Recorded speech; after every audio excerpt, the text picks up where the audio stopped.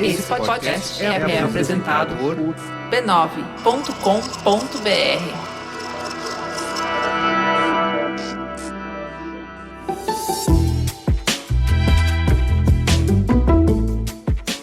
Mamileiros e mamiletes, sejam muito bem-vindos ao nosso encontro semanal para debater polêmicas com empatia e respeito. Eu sou a Juva Lauer. Eu sou a Cris Bartz e esse é o Mamilos. Vem com a gente pro bonde da polêmica. Vamos pro recadinho do anunciante? Você já tá careca de saber que o Bradesco acredita em bancar a mudança que a gente quer ver no mundo, né? E hoje a gente vai falar sobre o Reatec, a maior feira de tecnologia de reabilitação, inclusão e acessibilidade da América Latina, que acontece bianualmente no São Paulo Expo. O Bradesco é o patrocinador do evento, que nesse ano acontece entre os dias 13 e 16 de junho. E para quem não pode comparecer, adivinha o que vai rolar? Aquela já tradicional cobertura oficial no Instagram do Bradesco. A Mari Torquato, do canal Vai Uma Mãozinha Aí, estará nos stories do perfil no @Bradesco, mostrando tudo o que estará acontecendo lá na feira. Ela também gravou um vídeo que você pode conferir nas páginas oficiais do banco falando sobre a sua participação. A 16ª edição do Reatec será em um dos novos pavilhões do São Paulo Expo Exhibition e Convention Center, a fim de atender plenamente as necessidades dos seus expositores e visitantes. Serão 4 dias de evento recheados de atividades culturais e sociais, como ecoterapia,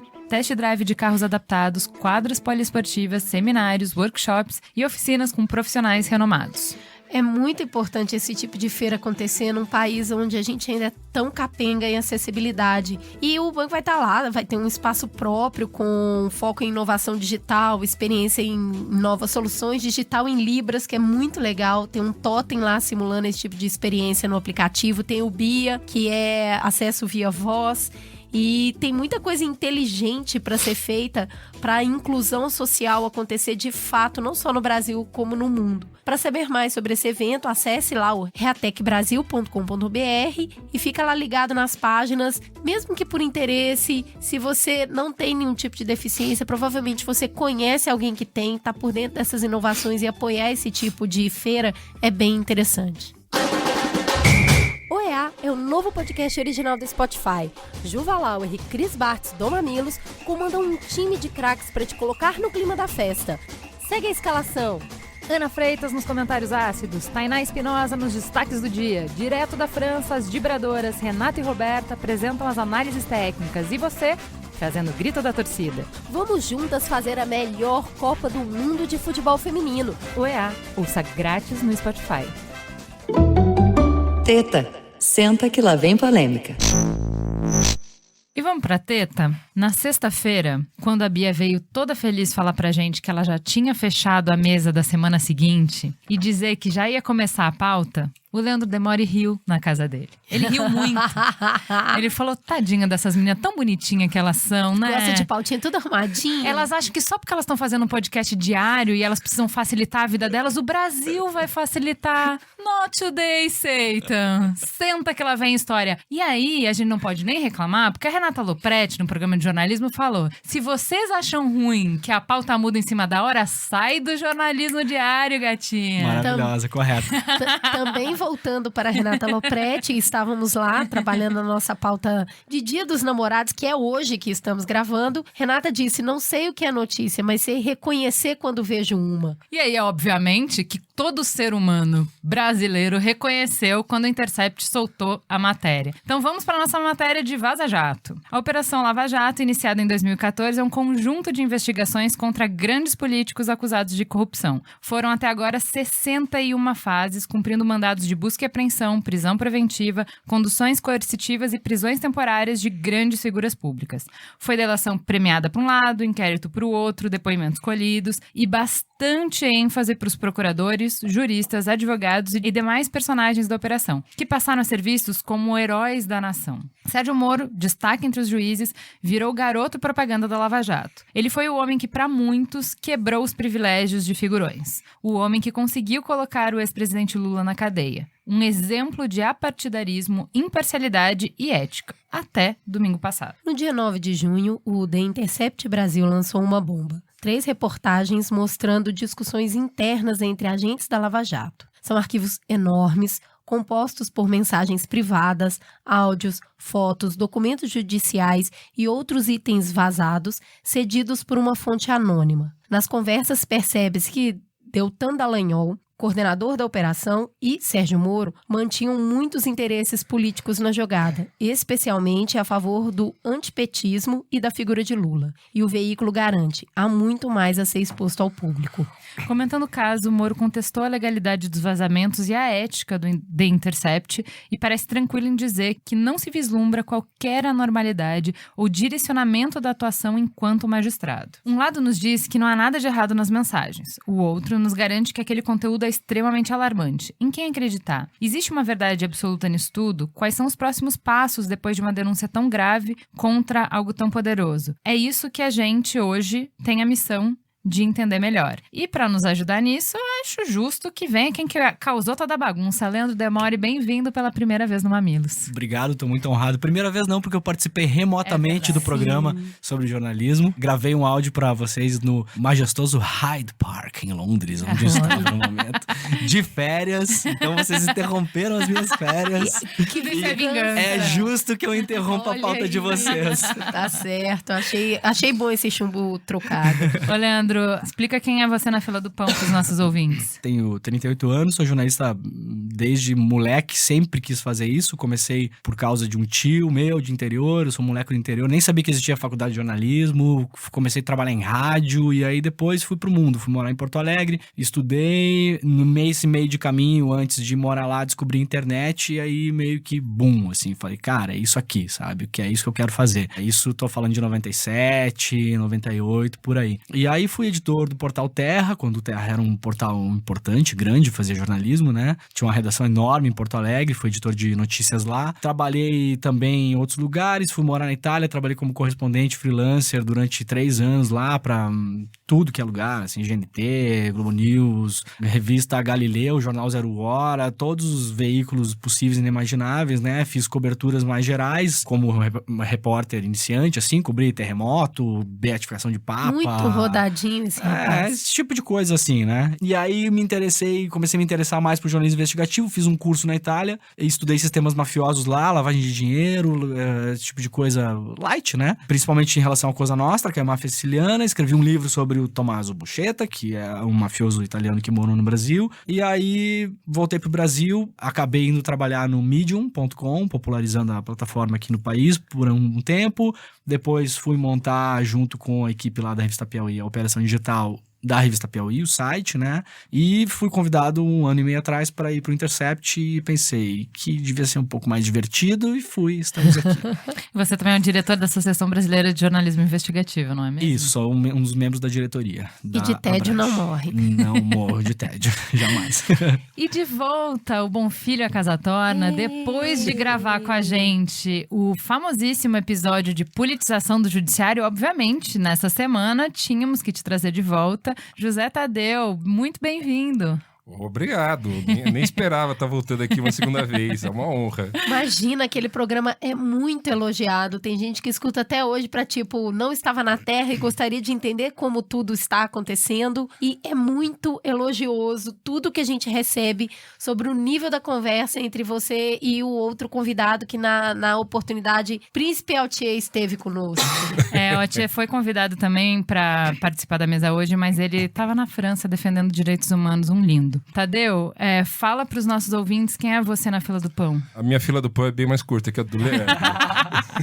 Mas sou juiz há 27 anos, aqui no estado de São Paulo. Atualmente eu sou juiz da primeira vara da Fazenda Pública de Osasco. E é isso, não tem muita coisa não. Eu acho que se a gente vai falar de juiz e de judiciário, nada mais não é justo, só isso, não né? é mesmo? Que a gente tem um juiz de tanto tempo de experiência. A pessoa mais estudada da mesa, né? Exatamente. 27 certamente. anos de magistratura também não deve dar muito tédio, né? Não. Tem Também muito não. trabalho aí. Tem muito trabalho, mas é repetitivo, não é uma coisa assim empolgante como essas interrupções diárias. Não parece ser assim a vida de todo juiz. Vamos a ver. Gente, vamos começar tirando da frente uma das maiores questões que se levanta, oposições que se levanta em relação a essas matérias do Intercept, que é uma questão de vício de origem, né?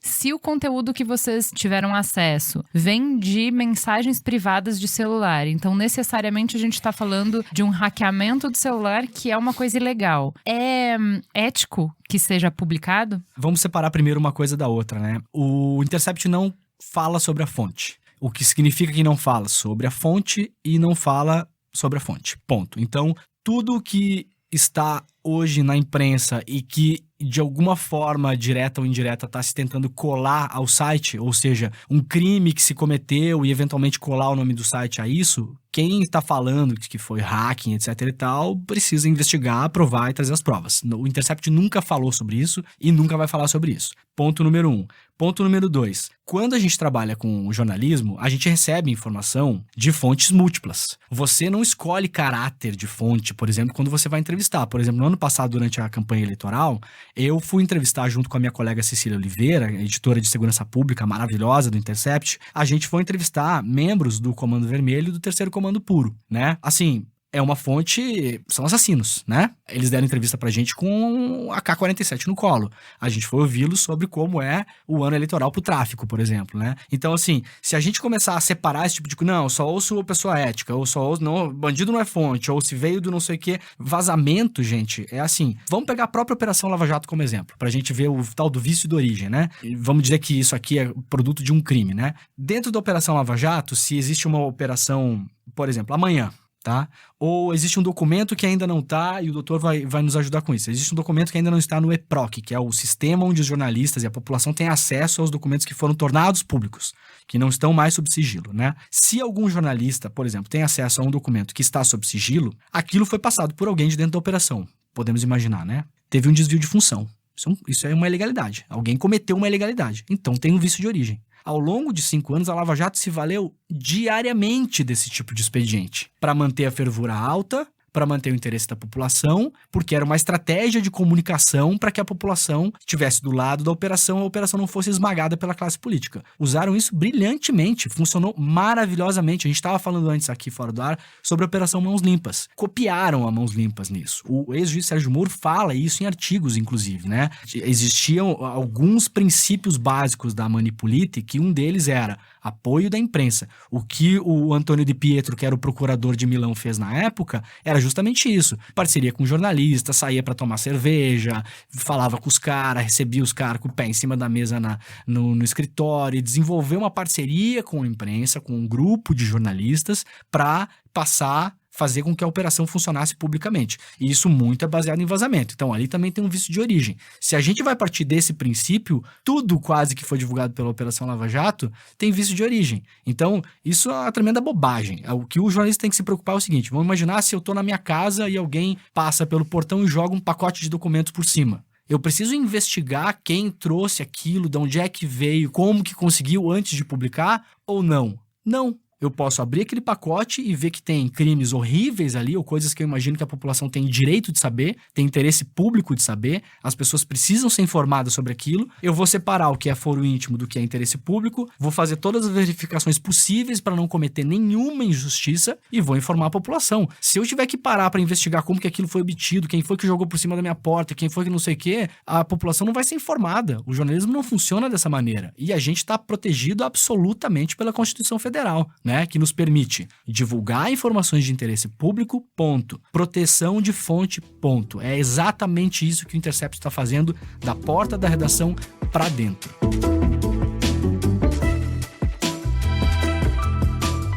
Vocês, tudo bem, podem colocar esse muro, assim, eu não sei qual que é a motivação da fonte. O problema é o que a fonte fez para obter isso. Então, se a fonte foi um hacker que entrou e pegou isso de algum meio que a gente não sabe, isso pode invalidar isso como prova lá na frente. Quer dizer, isso é muito interessante para informar a opinião pública, para as consciências, tudo bem. Agora, como prova lá na frente, isso pode ser desconsiderado.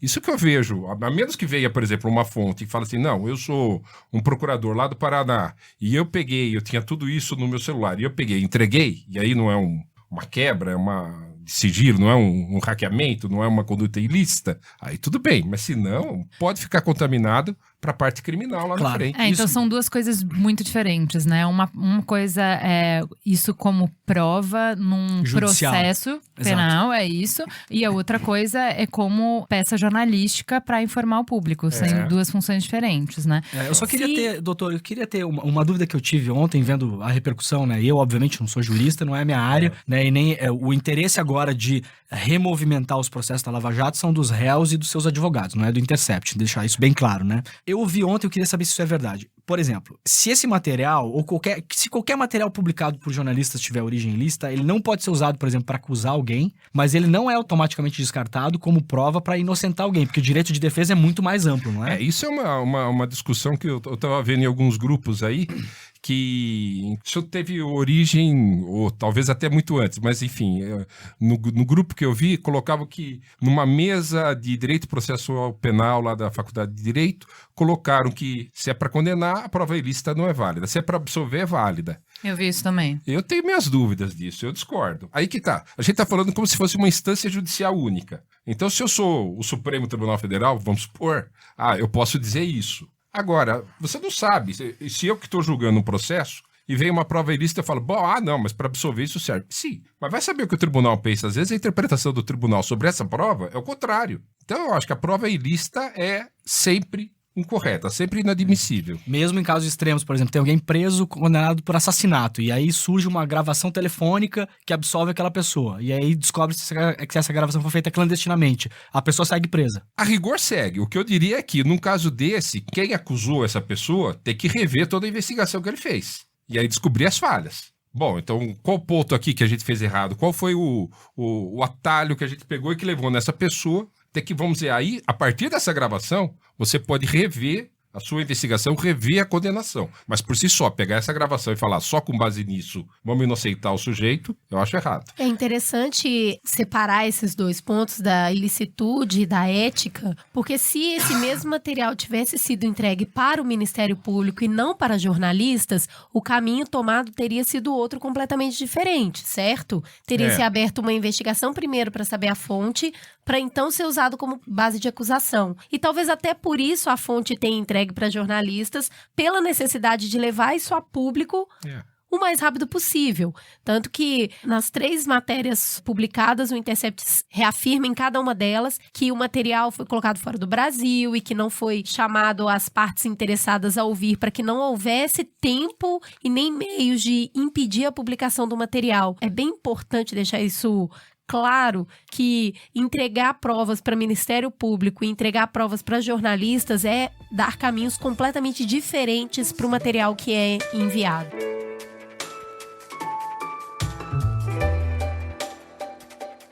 Mas do que a gente tá falando? Que material é esse? Então vou ler um diálogo aqui. Tá muito longo a matéria do Intercept, Juliana? Vamos fazer um resumo? Não, eu vou só dar alguns. Resume, irmão. Escolhi só 3 mensagens, que eu nem vou dizer se são as mais importantes, são só 3 que me chamaram a atenção. De 21 de fevereiro de 2016, do Moro pro Dallagnol. Olá, diante dos últimos desdobramentos, talvez fosse o caso de inverter a ordem das 2 operações planejadas. Outra mensagem de 11 de maio de 2017, do Dallagnol pro Moro. Caro, foram pedidos oitivas na fase 402, mas fica à vontade, viu, juiz? Desnecessário dizer para indeferir. Se quiser, pode. Da nossa parte, foi um pedido mais por estratégia. Ao que Moro responde, beleza, tranquilo. Ainda tô preparando a decisão, mas a tendência é indeferir mesmo, viu? Praticamente antecipou uma decisão. Vamos lá, 31 de agosto de 2016, de Moro a Dallagnol. Não é muito tempo sem operação? E Dallagnol responde, é sim. Então, Demore, o que tem de legal nessa conversa tão ingênua que eu acabei de ler?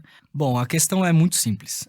Tem outros trechos da matéria, né? Na verdade, a gente separou em 3 pedaços, então são 3 matérias e um editorial. No editorial a gente explica por que a gente está fazendo isso e como a gente está fazendo isso. Uma matéria a gente mostra as dúvidas do coordenador da Lava Jato, Deltan Dallagnol, sobre as provas do triplex, né? Que tinha uma convicção absoluta, brigou no STF para levar o caso para Brasília, meses antes, falando que aquilo tinha relação com a Petrobras e horas antes da denúncia não tinha. não tinha convicção e escreveu isso com todas as letras no grupo. E a outra é a conversa dos procuradores, temendo que uma entrevista do Lula durante a campanha fosse eleger o Haddad, aspas, eleger o Haddad, né? Preocupados, agindo como um agente político, naturalmente. O grande problema da proximidade da acusação com o juiz é que a teoria dos jogos básica, simplinha, mínima, que é, você imagina uma pirâmide, o juiz está lá no ponta da pirâmide e nas outras duas pontinhas tá defesa e acusação, ela vai para o espaço, né? A acusação se aproxima do juiz, vira quase que uma parceria. O juiz, vocês podem ver na reportagem, sugere trocar a ordem de operação, ou seja, prende esse hoje, não aquele outro, praticamente antecipa uma decisão, né, para o procurador. Os advogados não estavam sabendo disso. Cobra que está muito tempo sem operação, né, ou seja, vamos dar uma agilizada aí, vamos correr com isso. Isso não é papel do juiz. Eu gosto muito de fazer o contrário nesse caso. Inverte. Tira o Deltan Dallagnol e coloca Cristiano Zanin, advogado de Lula. Seria absolutamente escandaloso que o juiz instruísse o advogado dessa maneira. Como é absolutamente escandaloso que o juiz instrua a acusação. Ele não pode fazer isso. O juiz precisa se comunicar com as partes nos autos, oficialmente, e juízes recebem, sim, acusação e advogados. É normal, como eles têm dito, esse papo. Claro, oficialmente, em gabinete, com paridade de armas, como o doutor aqui vai nos explicar melhor do que eu, né? Então, assim, você tem que ter, você tá numa batalha, você tem uma faquinha tramontina ali, a serrinha, o outro a faquinha tramontina. A serrinha é igual, não pode ser você vai com a serrinha e o outro vai com o machado. E é isso que tá acontecendo nesse diálogo, exatamente isso que tá acontecendo nesse diálogo. Então, como você falou na abertura do programa, vocês falaram, né? O juiz virou um herói, o juiz tem o boneco inflável na frente do Congresso, né? É o Super Moro. E ele apareceu como assim, o símbolo da Lava Jato. As pessoas acham que é tudo misturado, que o Moro é da Lava Jato. O Moro não é da Lava Jato, gente. O Moro é o juiz da 13ª Vara. Ele tem outras atribuições, ele julgou outros casos nessa vara. Essa vara não era só pra isso. Ele não é parceiro da acusação. Isso, eu até tô com uma camiseta aqui, que é o juiz Giovanni Falcone, que é um juiz italiano que combateu a máfia, né? No qual o Moro se inspira muito. E foi ameaçado e foi morto pela máfia italiana nos anos 90. Explodiram o carro dele na estrada entre o aeroporto de Palermo e a cidade de Palermo. O juiz Giovanni Falcone, no qual o Moro se inspira, era juiz instrutor, que é uma figura que no Brasil não existe. O que é isso? O juiz instrutor, ele ajuda, de fato, a acusação. Ele instrui o processo. Ele faz exatamente o que o Moro está fazendo aqui. Olha, vamos inverter aqui a ordem, não sei o quê. Olha, quem sabe você pede isso que eu faço aquilo. Porque ele vai arredondando, ele vai polindo, ele vai editando, né, a operação, para deixar a operação redondinha para chegar lá na frente e eles ganharem das defesas. Só que o que acontece na Itália? Ele não julga. Ele não julga. Quando isso vai pro tribunal, é outro juiz que não participou de nada disso, que é um juiz isento. O papel do Moro no Brasil não é ser juiz instrutor. Essa figura não existe. O Moro não é o nosso Giovanni Falcone. O Moro é um julgador. Tadeu, você é o juiz da mesa. Você conversa com o promotor. Você tem esse tipo de conversa com os promotores dos seus casos? É que tá. Como eu tô em vara da Fazenda, eles atuam bem pouco. A gente tem bem poucos processos em comum.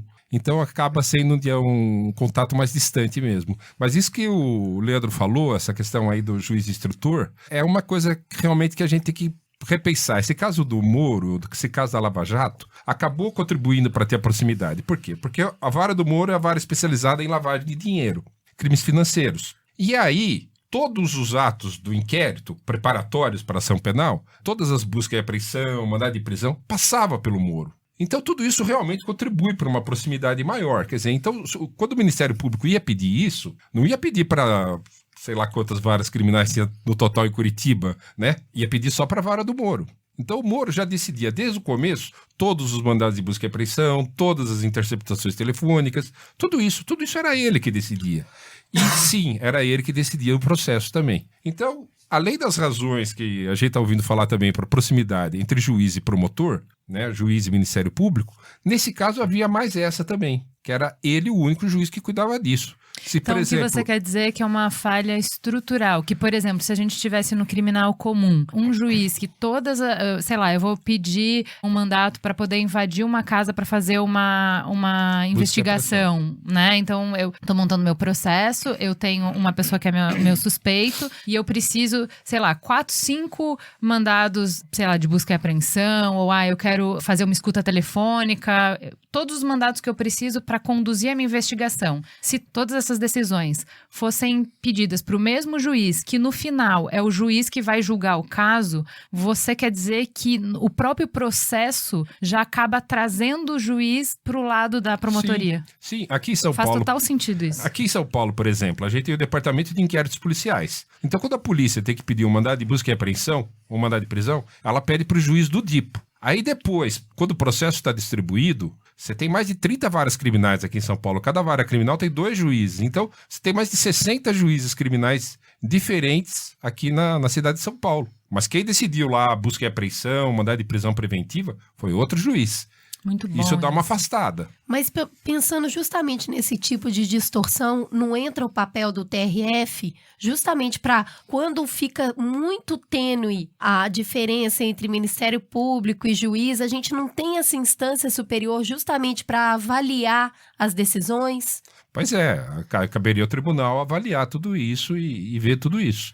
Porque ali o TRF4, que também é liderado por um amigo pessoal do Moro, parece não ter cumprido justamente essa função de ser um fiel da balança sobre as ações dele, justamente para prever esse tipo de distorção quando a gente está falando de uma vara muito específica, que é o caso de lavagem de dinheiro, que a gente não tem tanto especialista. Então, o próprio sistema, ele já se organiza para prever distorção. O problema é que quando a própria previsão também está dentro do sistema, vira tudo uma coisa só, fica realmente difícil diferenciar.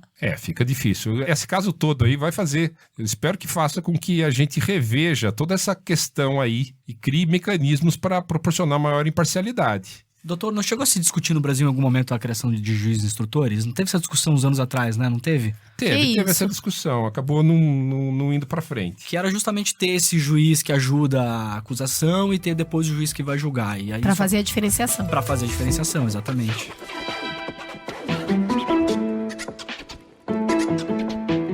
O que o Moro tem usado como estratégia? Finge a naturalidade. Então, o que ele falou? Juízes conversam com procuradores, advogados e policiais. Isso é algo absolutamente normal e eu não dei orientação nenhuma. Vamos lá, Tadeu. Com base nessas mensagens que eu li, tem outras, mas essas mensagens que eu li, isso é uma conversa normal? Você como juiz, você acha que se você é o juiz de um caso, você poderia trocar essas mensagens com um promotor do caso?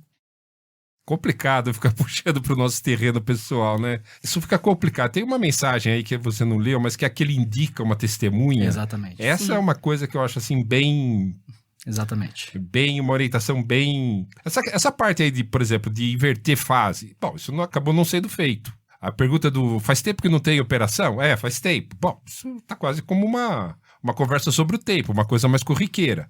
Mas é porque mostra uma natureza. Porque eu acho que assim, mostra uma natureza de relacionamento. Eu vou falar uma coisa que não... Eu vou sair do campo do que a gente está discutindo, tá? Mas na publicidade, eu recebo um briefing que é, olha, eu quero uma campanha disso e disso. Daqui 1 semana, 2 semanas, eu tenho que trazer a campanha de volta. O que a gente já entendeu? Que para que eu consiga aprovar a minha campanha mais fácil, é muito melhor quando eu envolvo a cliente no processo. Então, aos poucos, eu vou falando, então o argumento a gente pensou nisso, a parte visual a gente pensou nisso. Porque o que acontece? Se ela vai concordando com passos durante o processo, quando eu mostro tudo pronto, ela já está envolvida. Envolvida no sentido, é dela aquilo, foi ela que construiu junto. É muito mais difícil para a cliente reprovar uma campanha que ela sente que foi feita por ela, do que se eu chego com um resultado final pronto. É por isso que para mim é tão tranquilo ver que, e eu acho melhor o que você falou, eu não tinha visto em nenhum veículo essa parte que essa crítica estrutural que você falou, mesmo que o Moro não tivesse nenhuma questão política e nenhum interesse, nenhuma agenda particular, privada, para encaminhar o processo para um lugar ou para o outro, estruturalmente, é a mesma coisa que eu tô falando do exemplo da comunicação. O fato dele estar envolvido em cada parte do processo já faz com que ele esteja comprometido com a condenação do réu. Entendeu? Porque se foi ele, se a cada passo do processo ele foi dando as sentenças para que a investigação acontecesse, ele se tornou parte da investigação. E aí é muito difícil dizer que ele vai ter isenção na hora de decidir. E aí ele começa realmente, tem outras mensagens, como quando ele pega a mensagem que a Mara Gabrilli encaminhou para ele e envia para o Dallagnol e pede atenção, aí ele já começa a dar insumo para o processo, direcionar investigações. Quando ele manda pro Dallagnol falando sobre a Laura Tessler, tipo, dá um toque aí, ela é uma excelente profissional, mas ela não se sabe muito bem na discursiva. Ele tá instruindo a equipe. Exatamente. Aí, Ele tá dizendo, não manda essa sua colega pra ser gravada, porque isso aqui vai passar no Jornal Nacional. Ele não tá dizendo isso, mas eu tô traduzindo o que é a Operação Lava Jato, né? Não manda essa colega da Procuradoria, porque isso aqui a gente vai gravar, vai ter o réu lá, isso aí eventualmente vai pra televisão, e ela fala muito mal. Então isso não é bom. Isso é atuar como acusação. Como o Tadeu falou, quando ele fala, olha, eu recebi de uma fonte que tem essa pessoa aqui, que a gente preservou o nome, obviamente, né? Tem essa pessoa aqui que estaria disposta a falar. E aí o Deltan vai lá, tenta falar com a pessoa, ou seja, uma testemunha contra, eu acho que é no caso do ex-presidente Lula também, o mesmo processo. O juiz indica uma testemunha para acusação. Eu me pergunto, será que o juiz em algum momento indicou testemunhas para as defesas? Então, imparcialidade foi pro espaço. E aí o Deltan vai falar com a pessoa, volta e fala, a pessoa não quer conversar e tal, diz que não tem nada a ver, eu não tô citando as aspas literais, né, porque eu não sei de cabeça. Não quer conversar, não tem nada a ver e tal, mas estou estudando intimar ela com base em notícia apócrifa. Apócrifo é falso, né, gente? Então, o que o Deltan tava pensando? Ele tava pensando em criar uma notícia falsa, citando o cara e mandar o link e falar, olha aqui, ó, você tá envolvido nisso, você é obrigado. Era isso que eu... Sabe? A gente ficou se perguntando, o que significa citar com base em notícia apócrifa? Ele é fabricar uma notícia em algum desses sites de fake news? Assim, eu tô fazendo não tô fazendo uma acusação, é uma pergunta, uma dúvida legítima que a gente tem ao ler os diálogos, né? E aí o Moro instrui de novo ele. Pense bem se é uma boa ideia. Ou seja, o Moro dá um pé no freio e fala, opa, acho que isso a gente não pode fazer, né? Então dá uma segurada ali. E um outro episódio que eu acho bem claro, que aí não é necessariamente de instrução de processo, mas é de impacto público, que teve um impacto público avassalador. As tais gravações da Dilma com o Lula, Bessias, né? As fitas, o papel, não sei o quê. Bom, aquilo foi gravado fora do período autorizado pela Justiça. São gravações ilegais. Depois o STF falou que ainda por cima não poderia ter sido feito porque pegou a presidente da República, não é competência de vara de primeira instância. Ele decide, ele vê que aquilo está acontecendo e vê que o Lula vai ser nomeado ministro e pensa, imagino com a cabeça do Moro, né? Vou perder o javali mais cabeçudo da minha caça. Não posso, né? Não posso. Esse é o cara que eu preciso pegar. Se ele virar ministro, ele tem foro e ele vai pro STF, perdi. Já era. O que ele faz? Ele decide, num ato de sanguíneo total, de defesa, como ele fala na matéria, né? Um ato de defesa, soltar isso a público. E isso vai a público. Mas antes ele consulta o Dallagnol. E aí pergunta qual é... O Dallagnol fala, você vai liberar mesmo, né? As gravações e tal, vai tirar o sigilo e tal. E ele pergunta, qual é a posição do STF? E aí o Dallagnol fala, manda ver. É abrir. Então, assim, é papel do juiz fazer isso? Não.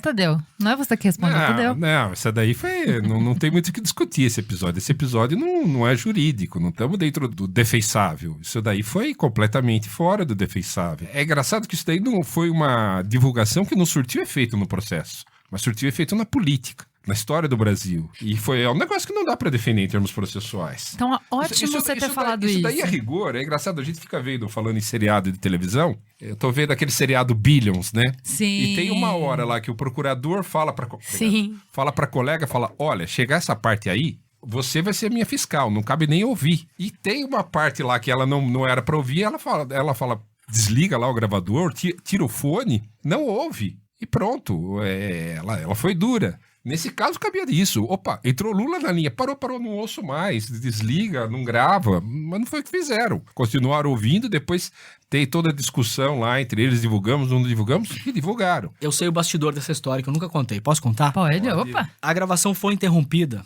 na hora que o juiz Sérgio Moro mandou interromper a gravação. Tem um pequeno lapso de tempo até a operadora interromper e tal, mas não era a desculpa que eles usaram na época. Foi interrompida e o que acontece? O operador que estava ouvindo continua ouvindo. E quando ele continua ouvindo, ele pega essa conversa do Bessias. E aí ele levanta o telefone e fala, cara, tem isso aqui. Tipo assim, sei que não dá mais, não pode, eu tava ouvindo, mas tá aqui. Mas é um pouco do que você falou. Se jogarem o pacote no meu quintal. Foi o que o cara fez. O cara fez isso. O cara jogou o pacote no quintal. Ó, tem isso aqui. Eu consegui por meio ilegal, mas tem isso aqui. E aí? A grande diferença é que ele é um servidor público. Ele não pode fazer isso, né? Eles estavam agindo ilegalmente ali. Isso é muito diferente. Ele tá ali a mando do Estado. com uma ordem legal, recebendo o salário que a gente paga. Então, assim, parou a gravação? Parou a gravação. Você não pode continuar. Vou decidir dar uma ouvidinha mais aqui. Eu tô tentando pensar com a cabeça desse cara. Tipo, tá tão boa, eu não quero parar de ouvir. Deve ter sido muito ficar isso. aqui. Não, mas peraí. Vou dar mais uma ouvidinha aqui, né? Demore, vamos lá. Só pra voltar no início, a mesma lógica que você aplicou. Se esse operador de telefonia, que continuou ouvindo, tivesse falado... PF, da polícia, né? Ele é um policial. É um policial, Ele é um policial. Então, assim, ele tem um dever de função, um dever de ofício muito claro ali. Ordem judicial, parou a gravação, não é novela. Você não pode olhar e falar, é 7:50, só sai às 8, eu ouvi mais 15 minutinhos. Não pode. Não pode fazer isso. É uma escuta ilegal. Se ele fosse um cidadão, qualquer pessoa, que não fosse um funcionário público, e ele tivesse pego isso e largado na mão do Demore, o Demore publicaria. Possivelmente ele teria feito um grampo ou teria conseguido de alguém. Não importa. Seria notícia. Se ele tivesse feito isso, o Demore publicaria. É lógico, é notícia. Se fosse isso, a depender do interesse público, é notícia. Então, as lógicas são diferentes, entende? A justiça não opera com a mesma lógica da imprensa. A imprensa não julga, nós não somos juízes. Eu não tô julgando o Sérgio Moro e Deltan Dallagnol. Eu tô soltando informação de interesse público evidente para que a população analise e a justiça se movimente, né? A partir disso, se tudo isso que a gente fez, se todo o nosso trabalho chegar daqui a 3 anos e não tiver surtido efeito nenhum, não surtiu efeito nenhum, ponto. Ou surtiu efeito, ponto. Como eu falei no início, agora depende dos operadores do direito, não depende mais da gente.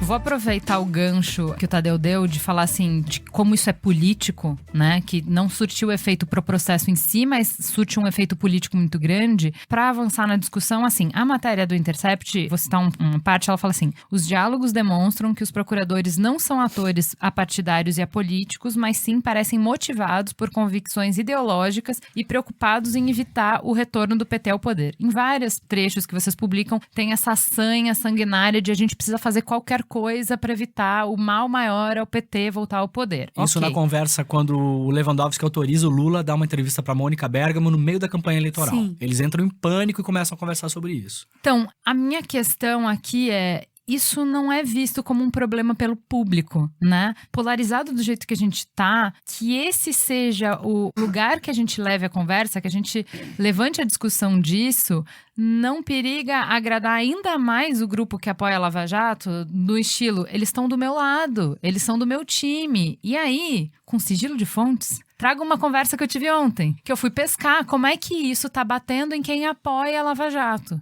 Se isso foi visto como um problema, um ponto de atenção, opa, passamos do limite e tal. O diálogo foi: eu não acredito que fins justificam os meios, mas como é possível obter justiça através de um sistema que promove a impunidade? Indo para um extremo, em uma ditadura, só é possível destituir o ditador se você for contra as leis, contra a Constituição criada. Um argumento, inclusive, que a esquerda usa bastante. Se a lei é imoral, não é errado você ir contra a lei. Transgredir a lei não é um erro sempre, né? Acho plenamente normal um juiz e promotor lutarem contra um grupo de pessoas, no caso, um partido proeminente que está saqueando o Brasil. A Lava Jato recuperou bilhões, são bilhões de reais. Óbvio que ao mesmo tempo é temerário, no mínimo, uma relação dessas de um promotor com um juiz. E aí, gente? É temerário, sim. A busca pela imparcialidade aí ficou um pouco prejudicada. Mas agora, em termos de resultados para o Brasil, isso que é uma coisa curiosa, quando a gente começa a pensar no que vai acontecer depois disso tudo. A Lava Jato produziu muitos efeitos.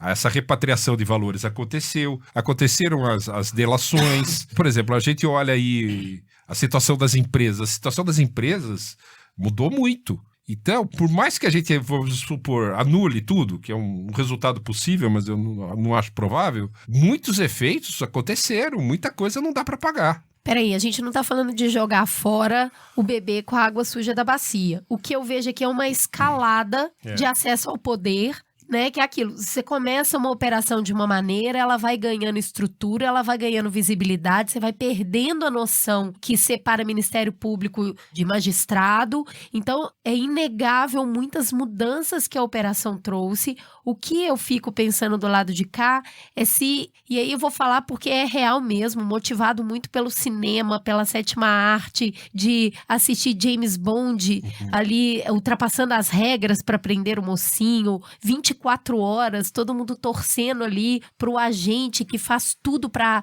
arrancar de um possível suspeito, inclusive com técnicas de tortura, para que não se morram milhões de pessoas no metrô nos Estados Unidos. Então a gente está sempre concedendo chancela para que a justiça seja feita a partir do que a gente acha que é um bem maior. A pergunta é justamente qual é o bem maior. Quem diz o que é o bem maior? Você pega... Eu tenho muita preocupação em relação a isso, porque se você pegar em cada comarca desse país, dos 5.500 municípios, lá, o juizinho lá do interior de Goiás, que eu tava dando uma entrevista para uma rádio de Goiás hoje de manhã, então vou pegar o mesmo exemplo que eu dei. Você não pode imaginar que você vai dar a ele o poder discricionário de decidir. Não, eu vou praticar esse malzinho menor aqui para pegar esse malzinho maior aqui, porque é ele que está decidindo. Quem disse que a sociedade quer isso, quem disse que aquilo é o mal menor, quem disse que o efeito disso no longo prazo vai ser bom para o Brasil ou não. É por isso que existem regras. O poder judiciário, ele é o grande guardião das regras. Se a gente permite que o guardião comece a quebrar as regras, a gente vai entrar numa anarquia judiciária absurda, porque isso vai gerar exemplos pelo interiorzão aí, vai aparecer 1 milhão de mini Sérgio Moro querendo fazer a mesma coisa. É que eles já existem, né? Eles só tem menos projeção. Exatamente. Então, assim, e tem uma coisa que se fala muito no Brasil, né? Tem um livro muito interessante do Eduardo Bueno, Peninha, que fala sobre o início da corrupção no Brasil e tal, e fala que a corrupção brasileira começou no judiciário. Porque acho que foi o primeiro sistema montado de fato, assim, no Brasil, né? Muito antes de parlamento e tal, não sei o quê. Então, não por ser o judiciário, mas como foi o primeiro sistema montado... Primeiro a se organizar. Então, foi o primeiro a se desorganizar também, né? Porque é Brasil, né? Então, então, assim, fala-se muito também da corrupção no judiciário, né? Que existe, né? Então, assim, o que a Lava Jato fez ao longo desses anos? E fez muito bem em vários casos. De novo, isso não invalida toda a Lava Jato, não é disso que se trata, nem é essa a crítica do Intercept, a gente nem entra nessa seara, não tem, né? A gente tá dando uma coisa muito focada, a gente atirou uma flecha, a gente não soltou uma bomba atômica na operação, né? Acho que não, espero que não. Enfim, o que acontece? A Lava Jato é uma operação de combate à corrupção. O que a gente tá fazendo com o nosso trabalho agora aqui?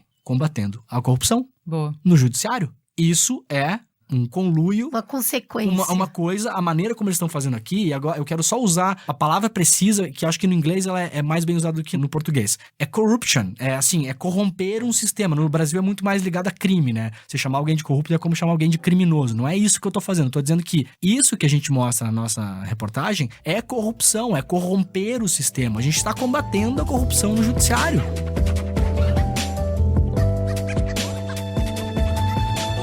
Tá, mas olha só, eu entendo que sistemicamente a gente já avançou nessa discussão, acho que o Tadeu contribuiu muito pra gente entender como o próprio sistema tá com algumas falhas. Eu acho que a gente tem 2 estágios, tem uma falha sistêmica e uma falha das pessoas que também não foi corrigida pelo sistema, que é o que a Cris trouxe. Então tudo bem, acho que a gente conseguiu mostrar, só que a gente precisa avançar e falar sobre a questão política, que não adianta no papel isso ser um problema, se na percepção das pessoas isso não é um problema.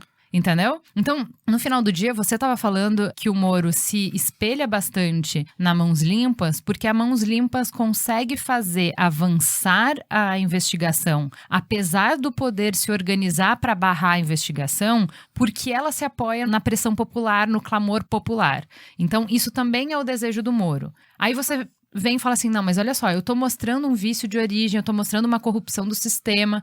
Ok, se eu continuo com a pressão popular a favor do Moro, se essa narrativa de que isso é um problema, ela fica muito abafada pelo senso de justiça das pessoas de que, olha, quando o sistema é corrupto, corromper o sistema não é um problema.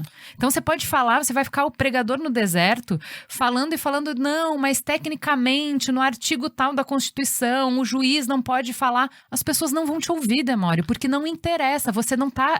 E não interessa porque elas são burras, não interessa porque elas estão mal intencionadas, não interessa porque você não falou de alguma coisa que toca elas. Ele tá certo por corromper o sistema era que desviava bilhões. Se ele não corromper esse sistema, se a gente não criar uma outra ferramenta, se a gente não se organizar de uma forma diferente, esses caras vão sempre sair impunes. Então, assim, eu acho que você, como jornalista, consegue compreender muito, sentir muito o sentimento popular que, esses mesmos caras que não são só o PT, esses mesmos caras que estão sempre aí, jogam sempre o mesmo jogo, e falta dinheiro no SUS, e falta dinheiro para educação, e falta dinheiro porque bilhões são desviados. A gente precisa estancar essa sangria. E não vai ser jogando o jogo direitinho como se jogou até hoje que a gente vai estancar essa sangria. Claro. Essa percepção popular, ela é clara porque, como a gente falou antes, a figura do juiz e da Lava Jato foram muito misturadas, então as pessoas têm nisso como assim uma salvação da pátria. A parte a discussão de que combater a corrupção, imagina que a corrupção acabe no Brasil amanhã, zero, isso não vai resolver problema de caixa do Brasil e tal, porque a corrupção é muito menor do que as pessoas a percebem em termos de volume de dinheiro. Um país tem problemas que, se resolvesse fiscalmente, seriam racionalmente muito mais efetivos do que a corrupção em si. A corrupção não é, sabe, X% do PIB que acaba. A corrupção não é o problema do Brasil que fez o Brasil entrar na crise. A percepção dela é muito maior. A parte dessa discussão, que é uma discussão lateral, sobre hackear o sistema. Bom, vamos imaginar o seguinte, a gente tem um sistema presidencialista que você elege os 500 deputados, os caras entram lá em 2002, quando entra o Lula, 2003 no caso, né, eleição 2002, 2003, entra o Lula e vamos ver lá que o Lula não tem maioria para aprovar vários dos seus projetos, certo? O que o PT faz com o mensalão? Ele corrompe o sistema, né? Então, ele vai lá e corrompe o sistema, comprando deputados, e com isso ele consegue aprovar coisas boas, tipo Bolsa Família. Nós vamos achar bom que o PT tenha corrompido o sistema com o mensalão para aprovar o Bolsa Família? É um mal menor para o mal maior. E aí o PT, ou o Lula, ou os petistas vão dizer, mas era o jeito que tinha que se fazer. É o jogo que a gente tinha que jogar. Então, olha aí, não tem os milhões de pessoas que saíram da linha da pobreza, que a gente deu a Bolsa Família, a gente tava corrompendo o sistema. Então, assim, é muito fácil ser Che Guevara de sofá, sabe? Eu acho que isso é um erro estratégico de raciocínio que as pessoas não podem cair. Isso é um engodo, isso é um engano que vai nos levar ao caos institucional mais dia, menos dia. Eu acho que é fácil a gente entender, e aí eu venho com a minha fonte... Vocês estão cheios de fonte aí, né? Que eu tava questionando justamente isso, né? Por que me importa? Quando eu leio as matérias, inclusive super bem escritas, caro colega jornalista, matérias super bem estruturadas, com uma linguagem acessível e uma narrativa que consegue trazer um arco da história, na parte 2, 3 e 4. E quando eu termino de ler, eu falo, eu acho que eu já sabia disso. Não tem muita novidade aí pra mim. Tá, tem isso aqui, dessa matéria do Globo de 2002. Nossa, esse negócio de Torre A, Torre B. Nossa, isso aqui... Mas nem precisava dessa denúncia. Se alguém tivesse sentado e estudado melhor isso aqui, isso já tinha sido promovido a conversa. Não? Isso aqui, pega mal essa mensagem. Mas não é uma surpresa. Não me choca. Parece que, na verdade, a matéria vem comprovar uma coisa que eu já sabia. De um jeito que me envergonha, é bem verdade. Mas não tem uma grande novidade ali pra mim. E aí, conversando isso com a pessoa com quem eu tava falando, eu falei... A gente não se indigna mais, né? Muita porrada. E a gente não conecta mais a vida com o que tá acontecendo ali. E eu achei muito legal que ela falou... A gente tava falando sobre não se movimentar a partir dessas denúncias. Afinal, a gente já chancelou isso. Porque, no fundo, todo mundo já sabia. E ela falou, brasileiro gosta de autoridade. Nós fomos treinados desde criança a obedecer. Também esperamos pelo salvador da pátria, que a função principal nem é realmente salvar a pátria, mas tirar de mim a responsabilidade dos rumos que seja o país, o meu estado, a minha cidade, o condomínio onde eu moro. É a anestesia dos escândalos. O lance de a gente se acostuma, mas a gente não deveria. Muito bom isso. Verdade. O que eu tenho falado é o seguinte, até domingo passado, qualquer cidadão brasileiro podia ter convicções pessoais de que o Moro e o Deltan estavam junto, de que o Lula era inocente, né? Convicções pessoais. Pessoais. Você podia achar que o processo do triplex era péssimo, era horrível, você podia achar. Agora você tem elementos concretos, provados, que estão muito mais próximos da realidade. Então é um pouco isso. Você revelou aquilo que todo mundo já sabia, né? Então, já aconteceu na história várias outras vezes, vários outros episódios na história, né? Quando todo mundo já sabe de uma coisa, mas ninguém consegue ir lá e botar, e afirmar, e colocar isso. E com jornalista acontece muito isso. Bom, então agora está posto. Então, mas Demório, o que eu te perguntei é o seguinte, isso não muda a agulha do jogo político 1 milímetro. Por quê? Porque você deu mais munição para quem já tinha convicção. Então, as pessoas elas já afirmavam isso. Não interessa que não tinha prova, mas elas já afirmavam isso pelos indícios públicos, porque tem, assim, farto indício público, né? Claro. A Bárbara Gância publicou, vamos rememorar, Moro grampeou 25 advogados do escritório de advocacia de Cristiano Zanin, o advogado de Lula, dizendo que achava estar grampeando um escritório de palestras. E a gente acreditou. E agora a gente vai chamar a Silvia, que gravou o Mamilos 60, e 3 anos depois a gente então quer saber a opinião dela, que atuou na defesa de alguns réus da Lava Jato. Infelizmente, hoje, nós estamos vivendo num cenário que é possível que uma operação inteira, a maior operação anticorrupção já realizada no Brasil, aquela que poderia ter colocado tudo nos rumos, poderia ter dado justamente aquele ventinho final para o Brasil e para frente, pode ser anulada. Pode ser anulada desde o começo, porque não foi feita certo.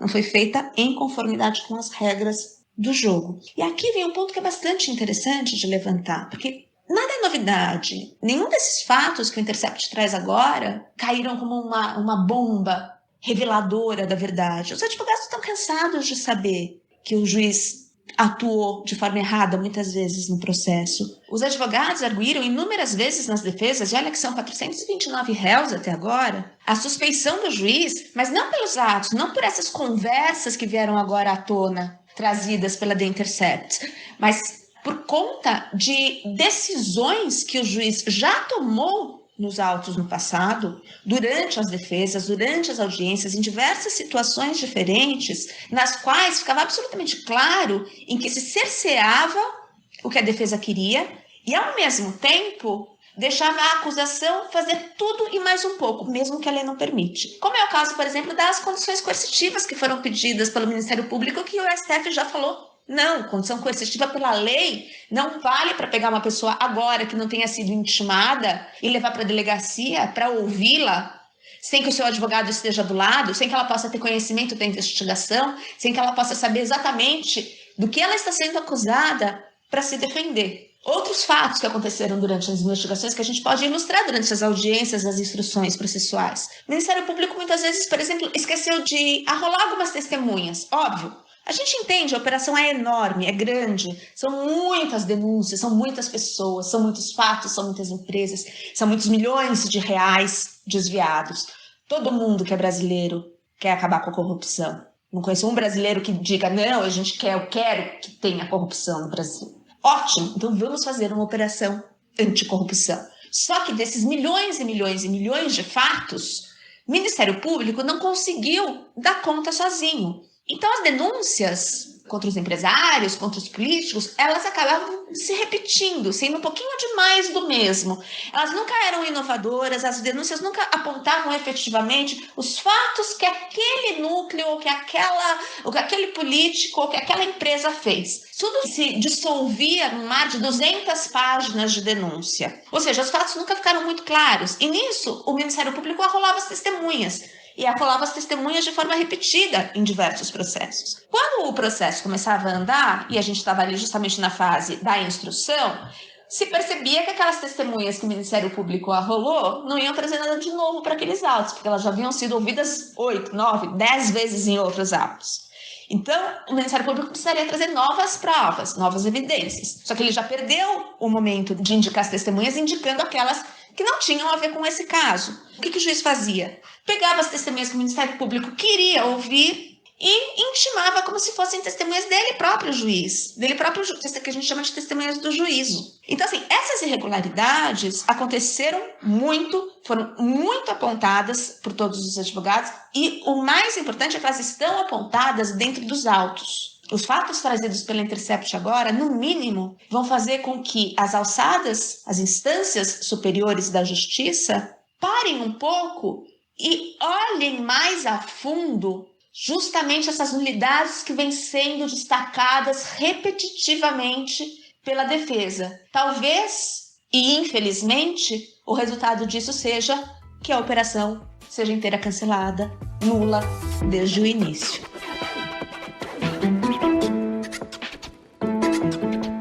Então, o que eu quero dizer com isso? Os indícios públicos de que essa colaboração do Moro com o Dallagnol existiu eram tão fortes que quem acreditava nisso já acreditava. Você deu as provas e falou, viu, agora tá provado. Mas você não traz uma pessoa do outro campo que apoia a Lava Jato, por exemplo, para falar, puxa, agora que eu vi que isso aconteceu, acho que fomos longe demais. Porque, de novo, para essas pessoas, isso não é ir longe demais. Isso é usar medidas extremas para se chegar num resultado que é muito importante Claro. e que é superlativo. Eu discordo um pouco. Eu acho que não dá para afirmar já que isso não vai fazer mudança na cabeça das pessoas. Eu acho que o efeito vai ser mais de longo prazo.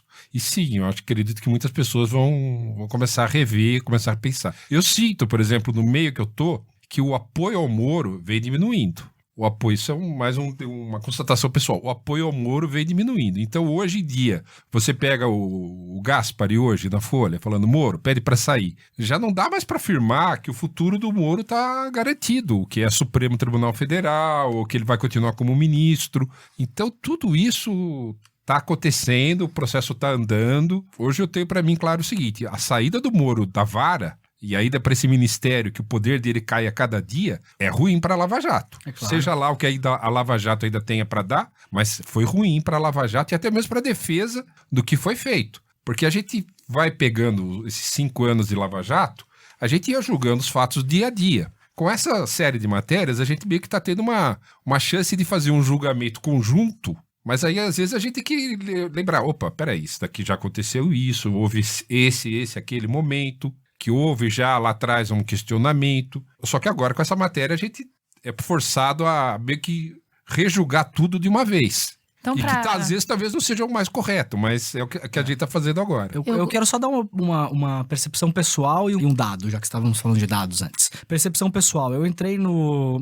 Obviamente eu não tive muito tempo de ficar no Twitter essa semana e tal, mas os momentos que eu consegui ficar, eu fui especificamente em contas de procuradores da Lava Jato ou não, para ver a reação pública, embaixo, né? E, obviamente, todos lá estavam com o seu espírito de corpo muito eriçado e estavam muito felizes em defender os próprios colegas e dizer que isso não tem nada demais, blá, blá, blá, blá. A reação das pessoas embaixo não é tão positiva assim. Exemplo pessoal de olhar ali. Era muito no nível assim, amo a Lava Jato, apoio vocês, mas isso aqui tá estranho. Olha, doutora, eu sempre concordo com você, mas dessa vez pisou na bola, hein? Não vi isso de... Assim, eu costumo dizer que tem almas que nunca serão salvas. Então, assim, gente, os 10% de maluquinho de um lado e de maluquinho do outro, a gente não precisa conversar, eles estão com os ouvidos tapados. A gente não tá falando com essa gente, a gente tá falando com a população brasileira. E agora, um dado que corrobora muito o que o Tadeu falou agora, como é que era o negócio das bolinhas que o Estadão fez lá, o monitor de ideológico, não sei o que, né? Da Folha, né? Que inclusive ali estou mais à esquerda do que Guilherme Boulos.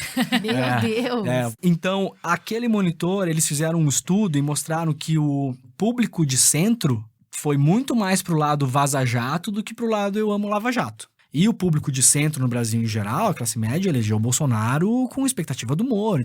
É morista, é lavajatista, gosta da Lava Jato. É um público da Lava Jato que não é o fiel, o pregador, o padre, mas é um cara que ali, que entre o Demore e o Moro, vai no Moro, né? Então, assim, esse público balançou bastante. Ele olhou aquilo e falou, putz, acho que isso aqui os caras passaram da conta. Eu acho que o que a gente pode falar da matéria, a partir da publicação dela você pode ter as suas próprias verdades, mas a partir de agora você não pode ter seus próprios fatos. Os fatos estão colocados. Então, realmente, a gente sai do momento de cada um fala o que acredita e vai para um momento de está posto. Exatamente. A partir desse está posto, a gente começa a ter novas percepções. E eu acho que é uma grande questão, só te interrompendo rapidinho, não é mais uma questão de uma fonte falou, ou o PT pediu suspeição do Moro, ou ele estava investigando, mas achei que era escritório de palestra, assim. Não, a pessoa fala, é ele, palavras do Moro, palavras do Deltan. Fica inequívoco, não é terceiros, né? Então tem essa diferença também. Pra gente bater o martelo, então, nessa questão inequívoca que você falou, então eu vou trazer a aspa do Alfredo Otier, presidente da Academia Paulista de Direito. Nesses diálogos, o que a gente observa claramente, né, quer dizer, o público observa, nós, o povo, observamos, cidadãos e cidadãs, é que houve a quebra de um princípio que é extremamente importante em qualquer processo, que é o princípio do juiz natural. O juiz que deixa de ser imparcial e passa a agir de um dos lados. Isso é muito grave, quer dizer, se fosse do lado oposto, também seria grave. Imagine se o juiz ficasse trocando informações e fazendo sugestões e considerando-se como parte em relação aos réus. também seria grave. Mas aqui no caso é um juiz que se considera e troca informações sem revelar a outra parte, no que diz respeito, digamos assim, a se considerar como alguém que sugere, que aconselha, ou que troca informações com a acusação. Isso é extremamente grave, não é uma coisa irrelevante. Tá? Quer dizer, digamos que as questões fossem mínimas, que fosse apenas uma troca de informações processuais, isso também é grave. Mas nesse caso específico não é apenas isso. Então, é preciso que a gente preste muita atenção no que está acontecendo. Eu considero que essa situação é tão grave que ela exige efetivamente que haja investigação para elucidar o que aconteceu e qual é a extensão disso tudo, né? O Intercept diz que é apenas uma parte das gravações que está sendo revelada, mas então é preciso ir até a fundo, quer dizer, obter a integralidade dessas gravações e saber até que ponto essa imparcialidade foi quebrada. Portanto, nós estamos na presença de um juiz parcial.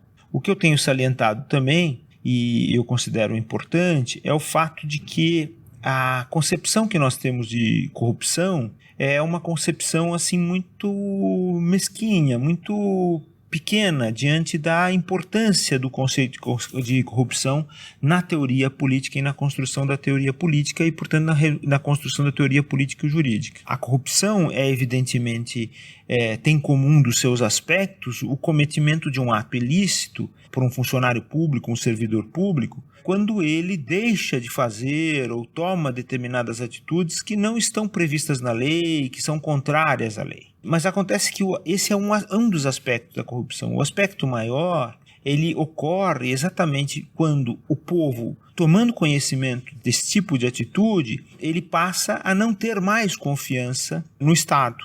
E no caso específico, num dos aspectos importantes do Estado, que é o Poder Judiciário. Quando isso acontece, quando há essa quebra de confiança, então nós estamos diante de uma situação de corrupção. E eu acredito que nós estamos exatamente visualizando essa situação a partir da revelação desses diálogos. Como é possível para a população confiar, então, no Poder Judiciário? Como é possível confiar na atuação do Ministério Público? Quando publicamente essas pessoas diziam uma coisa e agora se percebe que privadamente elas discutiam de uma outra forma, elas falavam de outro jeito e empreendiam, digamos assim, estratégias em comum no sentido de, inclusive, agradar determinados órgãos de imprensa. Ali são citados 2 órgãos, pelo menos, de imprensa, que estariam, pelo que se diz nesses diálogos, favoráveis ou ao lado dessa parte, que é a parte da acusação, com a qual o juiz acabou se imiscuindo, e, portanto, isso tudo é grave, porque isso significa, inclusive, manipulação da opinião pública. Então, eu acredito que a investigação é importante e, sobretudo, o afastamento. Eu acho que, por exemplo, um dos órgãos de imprensa que foi citado, que foi o Estado de São Paulo, o Estadão, ele, no princípio, ignorou a existência desses diálogos, mas entre ontem e hoje, ele já, inclusive em editorial, pede a demissão do ministro da Justiça. E isso é muito importante. O presidente da República tem que tomar uma atitude, e essa atitude tem de ser em favor da legalidade. Não pode ser uma atitude de leniência diante de uma situação grave como essa, porque isso leva a uma suspeita, veja como a corrupção se estende, a uma suspeita de que tudo isso que aconteceu teria uma vinculação com o processo eleitoral. E isso eu acredito que seja absolutamente inadmissível e, portanto, precisa de uma resposta rápida das autoridades.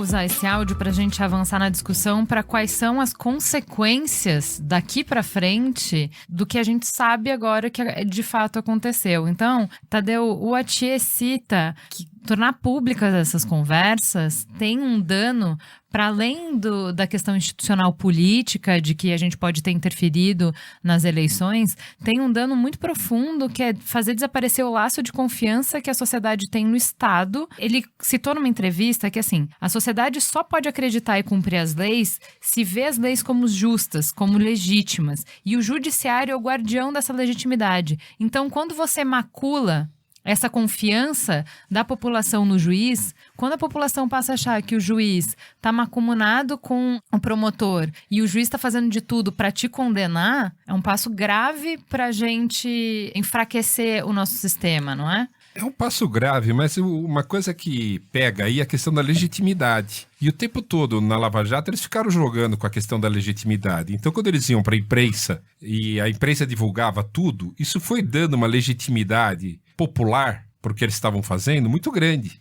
E isso foi uma coisa que os tribunais talvez tenham ficado com medo. Isso é uma coisa que vem sendo falada há muito tempo também, né? E alguns ministros supremos se queixam de um certo emparedamento popular que é feito pelo pessoal mais abaixo, por juízes, promotores, Polícia Federal. Quer dizer, então, por mais vontade que eles tenham de reverter o julgamento, não dá, porque aquilo está com uma legitimidade popular muito grande. Então, tudo isso sai um pouco bastante do campo jurídico, estritamente, e a gente está falando de legitimidade. Então, o pessimismo do Atié com essa questão da perda da legitimidade é uma perda da legitimidade aos olhos de uma parcela, mas e aos olhos de uma grande parcela? Ainda hoje de manhã eu estava ouvindo um comentário na rádio falando, olha, todas as pesquisas de opinião dão uma nota para o Moro, né? Você pede para o povo dar nota para os políticos, enfim. E a nota do Moro está acima da nota de todo mundo.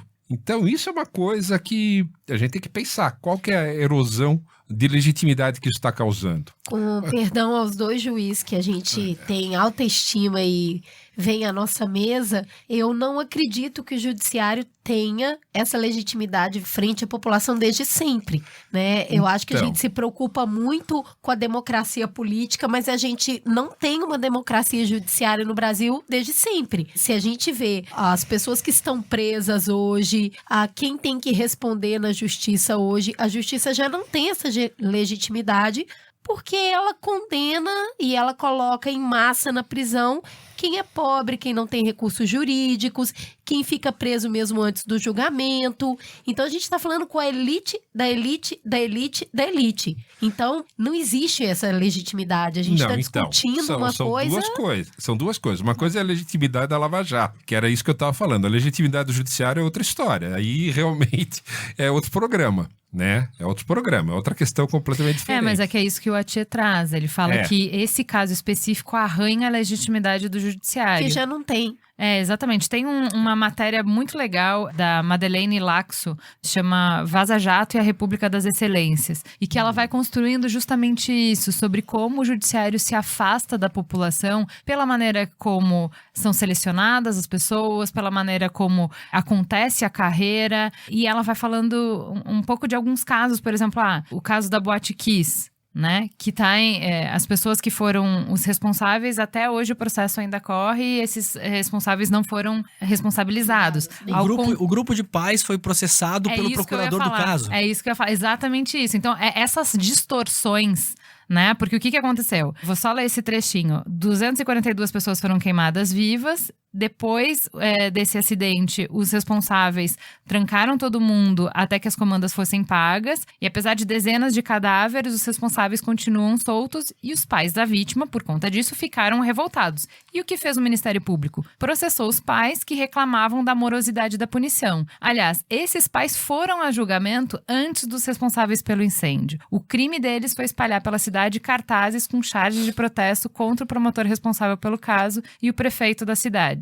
O que leva um servidor público a achar que tem o direito de processar pais que acabaram de perder os filhos numa tragédia porque reclamam da sabida lentidão do judiciário? É o sistema. Então, eu concordo com o que o Tadeu está falando de que, assim, se a preocupação do Atié é que esse caso enfraquece a credibilidade da população com o judiciário, a má notícia é que ela já não anda muito boa, porque esse é um caso, tem centenas de casos que são muito notórios, que vão criando essa percepção da população de um distanciamento muito grande do que é prioridade para a população de ser julgado e do que é prioridade para o judiciário. Nesse caso aqui, eu acho que esse caso é bom de citar, que assim, não é uma questão de linchamento público, né? Que você fala assim, porque as pessoas querem uma celeridade e a justiça tem que ser bem feita e não necessariamente rápida. Mas aqui a gente está mostrando no mesmo caso duas questões que, para o público, uma tinha muito mais relevância do que a outra, mas não necessariamente para quem está fazendo o julgamento, né?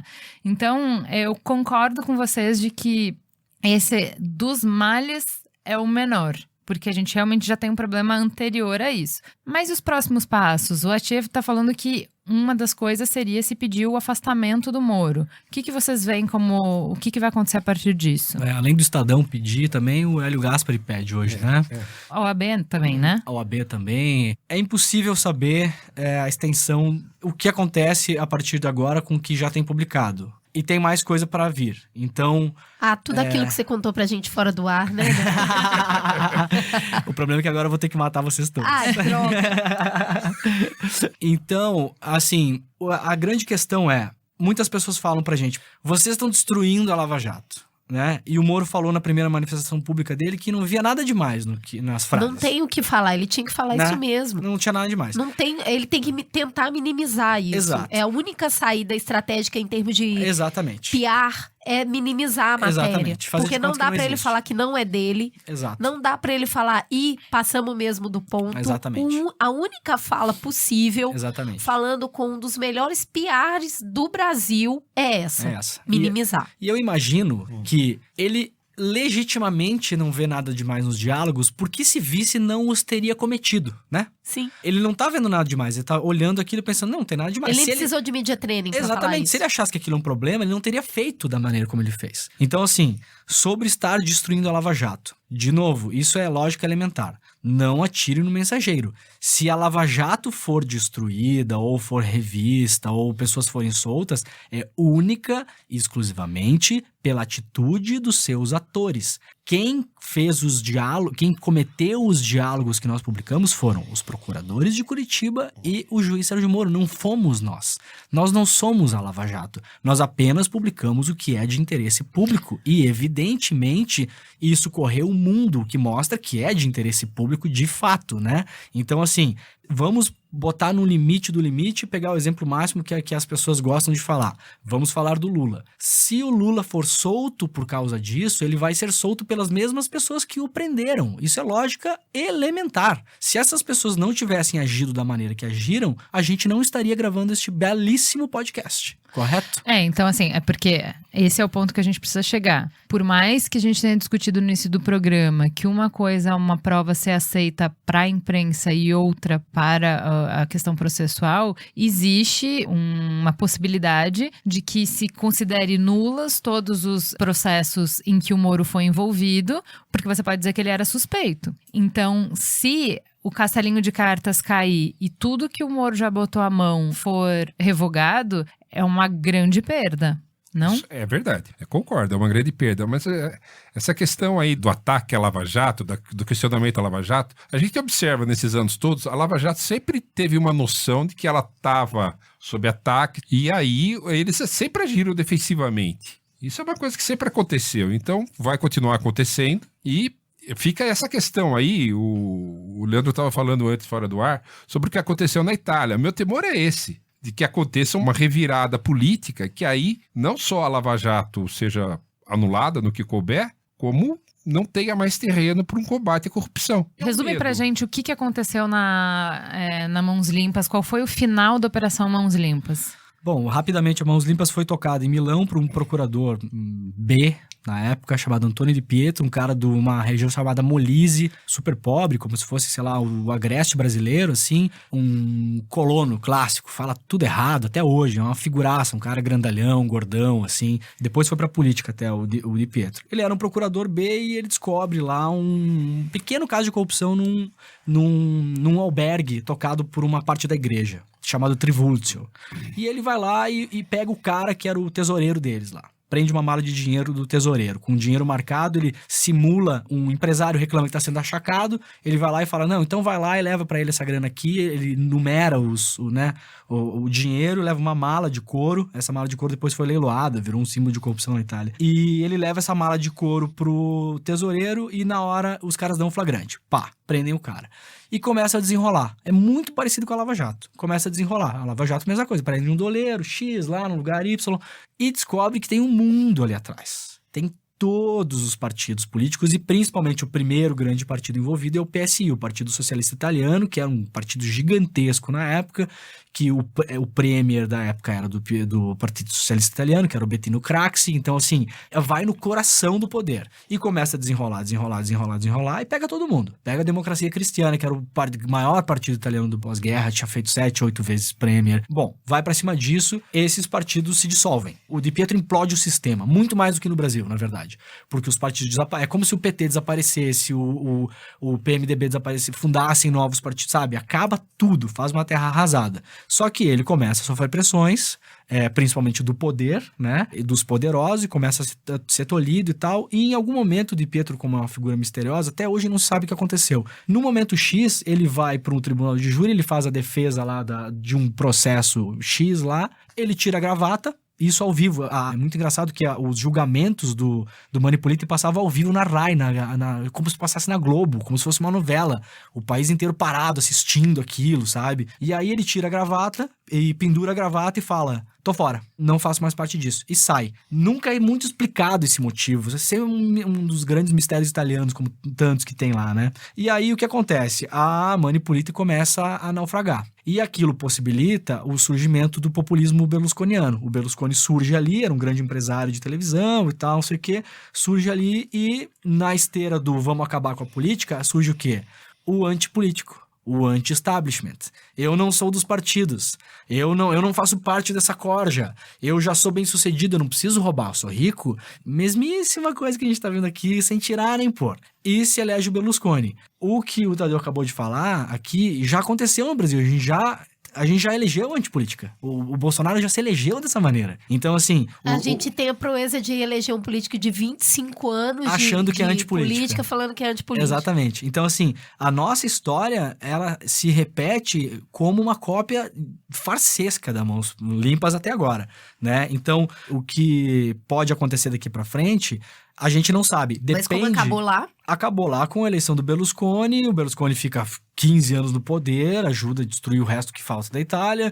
O Di Pietro vai pra política, tenta concorrer a Premier 1 ano, 2 ali, não consegue, funda um partido chamado Itália dei Valori, Itália dos Valores, mora bem a família e tal, não sei o quê, se elege lá, vira ministro em algum momento do Partido Democrático de Esquerda, sai e hoje acho que tá só advogando, fazendo uma coisa assim. Resumindo, a Itália está menos corrupta do que estava antes da Mãos Limpas? Mesmíssima coisa, Por quê? Não mudou nada. Porque o sistema não mudou. As pessoas que Mas entraram... você falou que ele implodiu o sistema. Ele implodiu um velho sistema e trocou pela nova política, que é o que estamos fazendo no Brasil.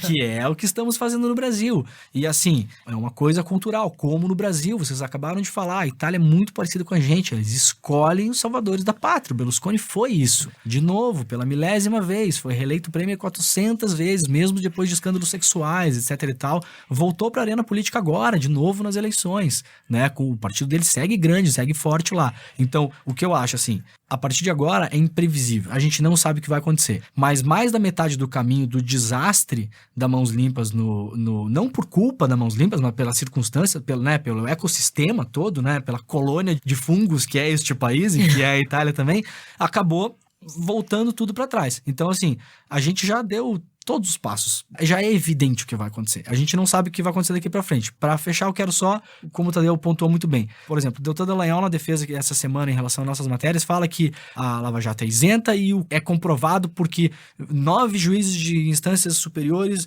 julgaram não sei o quê. Movido a apoio popular. Inflamado por vazamentos e por inflamação da imprensa. E isso que fez com que esses juízes, muitas vezes, como o Tadeu falou, emparedados, não iriam contra a opinião pública. Não que todos eles tinham convicção de que todos aqueles processos eram perfeitos, lisos, babá. Talvez agora, se a opinião pública mudar e os juízes ficarem mais confortáveis para dar as suas opiniões mais reais, talvez muitas coisas comecem a ir para outros lados, né? Então, é imprevisível e também a gente tem que esperar para ver o que este site Intercept vai publicar nos próximos... Cara de pau. Pra você, Tadeu, no Mamilos 142 de politização do judiciário, você fez o contraponto defendendo que o devido processo legal estava sendo respeitado na Operação Lava Jato. 2 anos depois, o que mudou no cenário, o que mudou na sua percepção pra gente fechar o programa? Devido processo legal está sendo observado. Formalmente ele está sendo observado. Agora, eu também não sei o que vai acontecer daqui pra frente, não. Tá, mas depois dessas Leandro... divulgações aqui, você continua a achar que o processo foi respeitado? Aí que tá, eu pego uma coisa, acho que você disse antes, que essa divulgação pelo The Intercept, assim, são coisas que você meio que já sabia. Quer dizer, a gente já sabia que havia essa proximidade grande.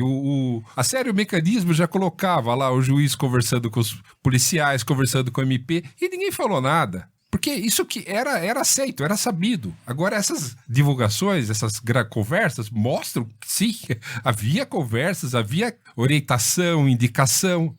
Isso havia, e a gente está sabendo mais. Quer dizer, talvez isso seja útil aí em vários julgamentos que ainda estão para acontecer. No Supremo, no STJ, isso ainda pode, a gente não sabe. E pode ser que sim, com novas matérias, a opinião pública vá mudando de lado, ou pelo menos vá mudando a sua percepção. Então, numa questão o devido processo legal, formalmente, está sendo observado e veio a questão aí da suspeição, que isso ainda vai ser apreciada. Esse é o ponto. A gente não sabe como os tribunais vão julgar. Por isso a pergunta se a sua opinião muda em face dos fatos, dos novos fatos. Se existe suspeição do juiz, independente se legalmente vão considerar ou não, a sua opinião, isso muda o que a gente pensa sobre o julgamento? Se o juiz é suspeito. Vai mudando a percepção. Eu não sei dizer agora. Você não vem aqui pra ficar em posição confortável, tá vendo? Né? No primeiro momento, quando você sentou aqui nessa mesa, tá tudo sendo feito do jeito que é pra ser feito, tamo aí, é assim mesmo. Você tá exagerando a tia. A tia tá exagerando? Não, ele não tá exagerando. Não tá exagerando. Eu imaginei que ele ia exagerar mais, mas ele não tá exagerando, não. Bom, eu vou dar a minha opinião pessoal. Tudo que foi publicado não soterra os crimes cometidos pelo PT. Os crimes existem. Eu era a pessoa que batia o tempo todo. O Lula tá preso, mas ele passou por todas as instâncias. Então ele passou por todos os ritos. Todo mundo que tinha que ver viu. Eu não tenho que concordar com isso. Isso tá certo. Hoje, eu acho que a prisão dele tem que ser revista. Porque todo mundo estava envolvido nas conversas. Eu já não consigo defender essa tese de passou por todos os ritos de maneira imparcial e foi julgado com o direito correto de julgar.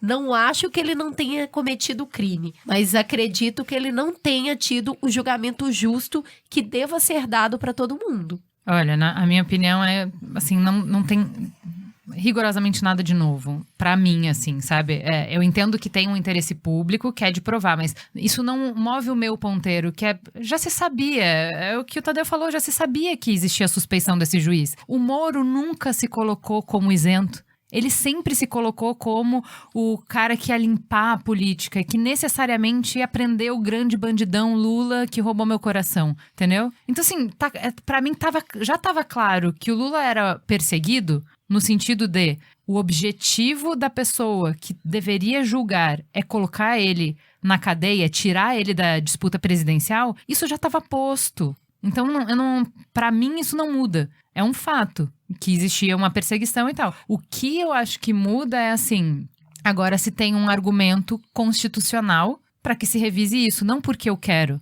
Não porque eu gostaria que o Lula tivesse concorrido à eleição. Não porque eu acho que é injustiça com ele.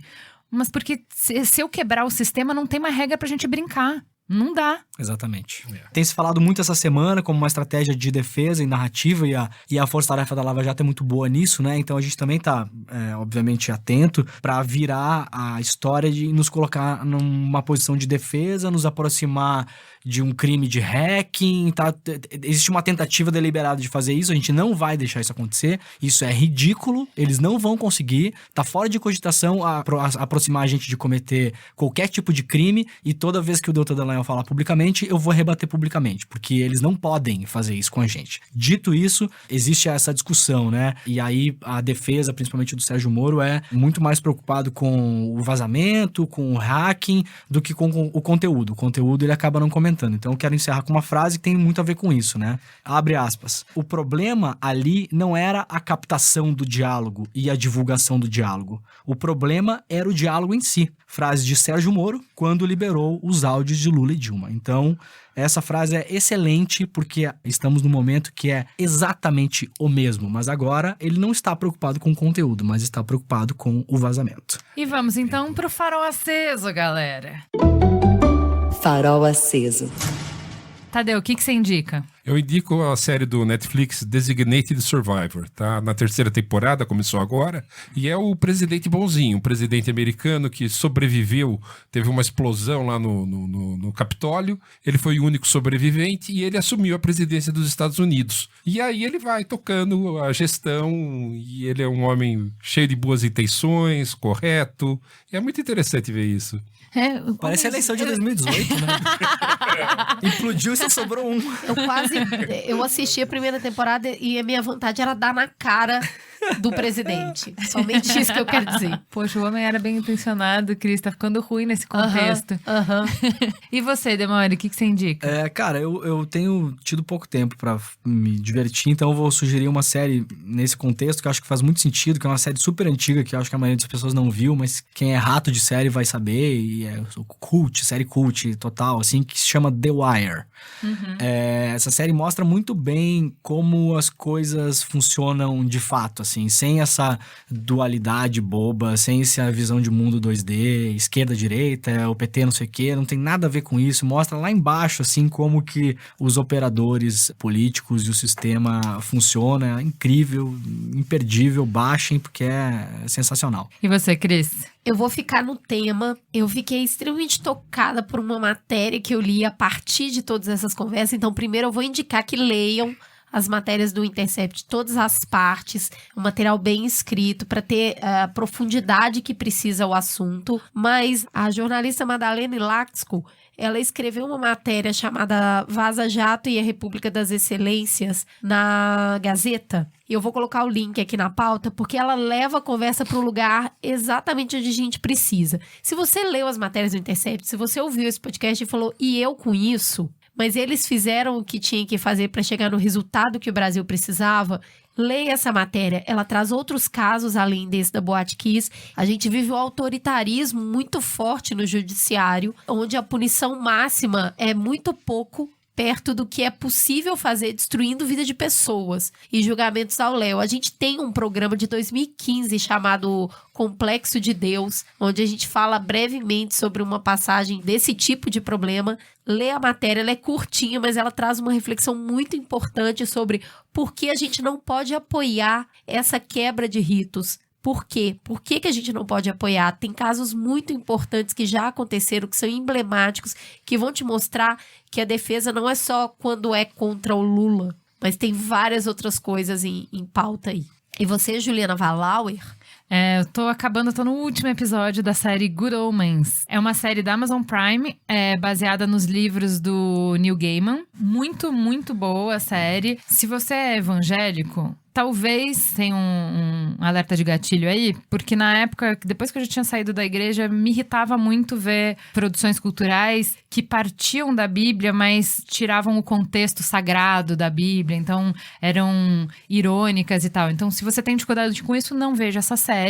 É uma série que volta lá no início, no Jardim do Éden, e coloca um anjo e um demônio tendo alguma visão similar, se aproximando por conta das funções que eles vão ter que exercer no mundo, e mostra a amizade deles ao longo desses 6.000 anos e o papel que eles vão ter que desempenhar no fim do mundo. Então, assim, pra quem tem dificuldade, é um gatilho, não assista. Eu tenho minha empatia por você, já estive nesse lugar, já achei muito difícil, com tanta coisa pra falar, por que vocês têm que usar a Bíblia pra tirar de contexto, então eu entendo. Mas pra todos vocês, ateistinhas do meu coração, é delicioso. É muito bom, tá? Eu acho que, assim, pra quem não tem uma criação religiosa, tem muita piada que não vai fazer sentido pra você, você não vai entender, não. Pra quem conhece bem a Bíblia ali, várias passagens, é muito divertido, é muito gostoso, é bem herege mesmo. Tem um livro que você já leu, do Saramago, que é assim, é o Evangelho segundo Jesus Cristo. Sim. Maravilhoso, não é muito bom? Muito. É a mesma pegada, é esse tipo de... É a mesma história, então o Evangelho segundo Jesus Cristo pega a história bíblica e faz uma outra leitura. Então, muda um pouco o centro de gravidade ali da história. O Good Omens faz a mesma coisa. Ele vai pegar todo o conhecimento que você tem de religião e questionar e trazer por uma outra perspectiva. Mas, peraí, isso pode, isso não pode? Como é que é? Pra quem foi criado em banco de igreja, uma delícia, gente. Série Good Omens, baseada nos livros do Neil Gaiman. Dá pra ver a vida de Brian depois disso também. Faz o trio, lê o livro, depois vê a série e vê Life of Brian. Muito bem. Então é isso? Temos um programa? Temos um programa. Vamos pro Fala Que Te Escuto. Fala que te escuto.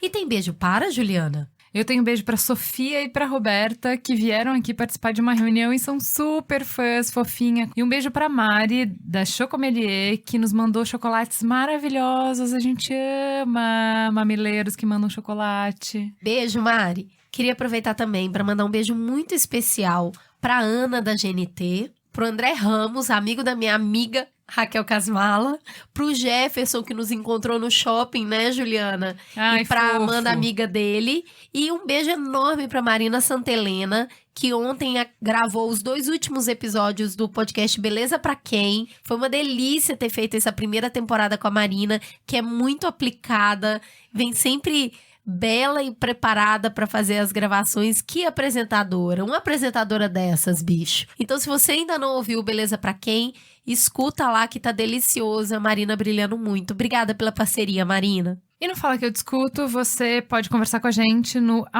@mamilospod no Twitter. A Aline falou sobre esse episódio. Não sou bolossauro, não fui às ruas, mas sou sim a favor da reforma da Previdência. Justamente porque eu quero me aposentar. A reforma é necessária, a expectativa de vida aumentou e as pessoas continuam se aposentando aos 50 anos. Se nada for feito, nem aos 70 eu vou me aposentar. O Tiago Alves disse: sempre que vocês falam que o eleitorado do Bolso não é fascista e que hoje eles estão se identificando como extrema-direita, eu só penso, mas minha família sempre foi o que hoje mostram nas redes. Todo esse discurso são velhos. Dei sorte de ser gay e ir para outra realidade. Coleção Gamer disse: me incomoda escutar o podcast e ouvir uma opinião totalmente parcial. Não se tem o contraponto. Não se falou sobre as manifestações Lula livre.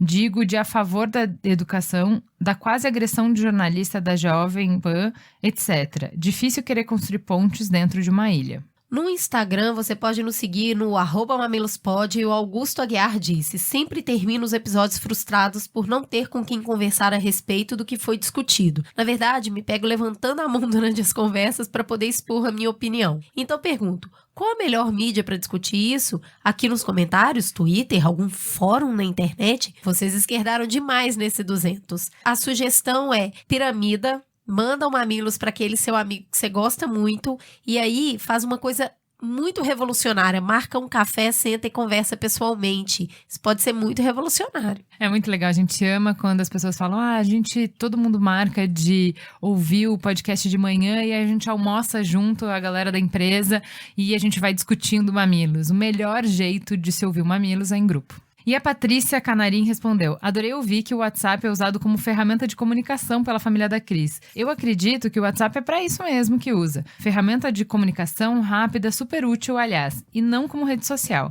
Sei que sou das poucas pessoas que pensam assim.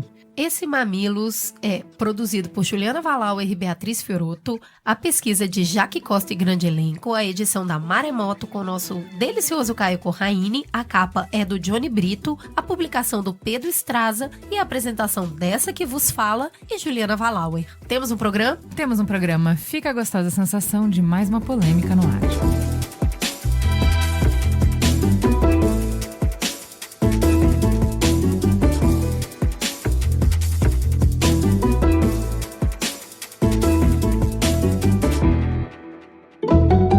Mamilos, jornalismo de peito aberto. Este podcast foi editado pela Maremoto.